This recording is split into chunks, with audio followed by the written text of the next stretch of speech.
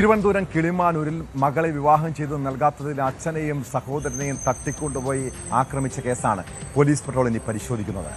സംഭവത്തിന് ശേഷം ഒളിവിൽ പോയ പ്രതികളെ പോലീസ് അറസ്റ്റ് ചെയ്തു. മുഖ്യപ്രതി വെള്ളല്ലൂർ സ്വദേശി സുധീഷ്, സുഹൃത്തുക്കളായ ആരോമൽ, ലാൽകൃഷ്ണ, അരുൺ എന്നിവരാണ് പിടിയിലായത്.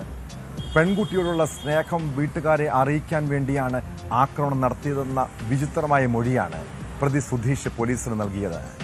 കല്യാണം നടത്തി തന്നില്ലെങ്കിൽ കൂട്ടക്കൊലപാതകമാണ് പ്രതികൾ ലക്ഷ്യമിട്ടതെന്നാണ് വിവരം.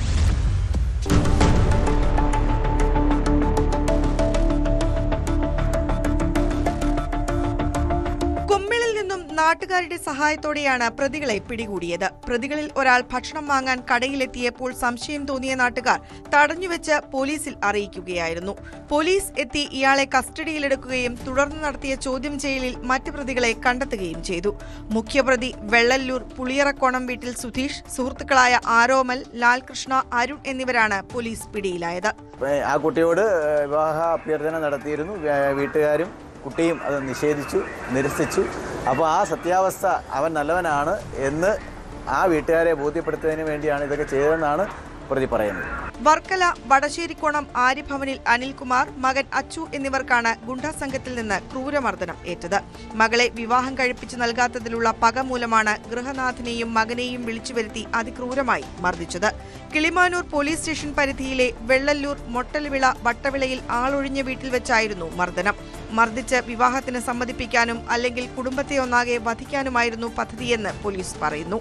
പെൺകുട്ടിയോടുള്ള സ്നേഹം വീട്ടുകാരെ അറിയിക്കാൻ വേണ്ടിയാണ് ഈ മർദ്ദനമെന്ന വിചിത്രമായ ന്യായീകരണമാണ് പ്രതി സുധീഷ് പോലീസിനോട് പറഞ്ഞത്. വളരെയധികം പണം ചെലവഴിച്ചും ആസൂത്രണം നടത്തിയുമാണ് തട്ടിക്കൊണ്ടുപോകലും മർദ്ദനവും നടത്തിയത്.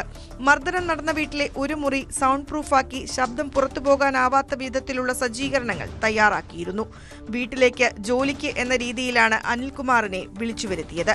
പിന്നീട് ഇയാളുടെ ഫോണിൽ നിന്ന് മകനെ വിളിച്ചുവരുത്തി. രണ്ടുപേരെയും കെട്ടിയിട്ടാണ് മർദ്ദിച്ചത്. അനിൽകുമാറിന്റെ ഭാര്യ പോലീസിൽ വിവരം അറിയിച്ചതിനെ തുടർന്നാണ് പോലീസ് എത്തി ഇവരെ രക്ഷിച്ചത്.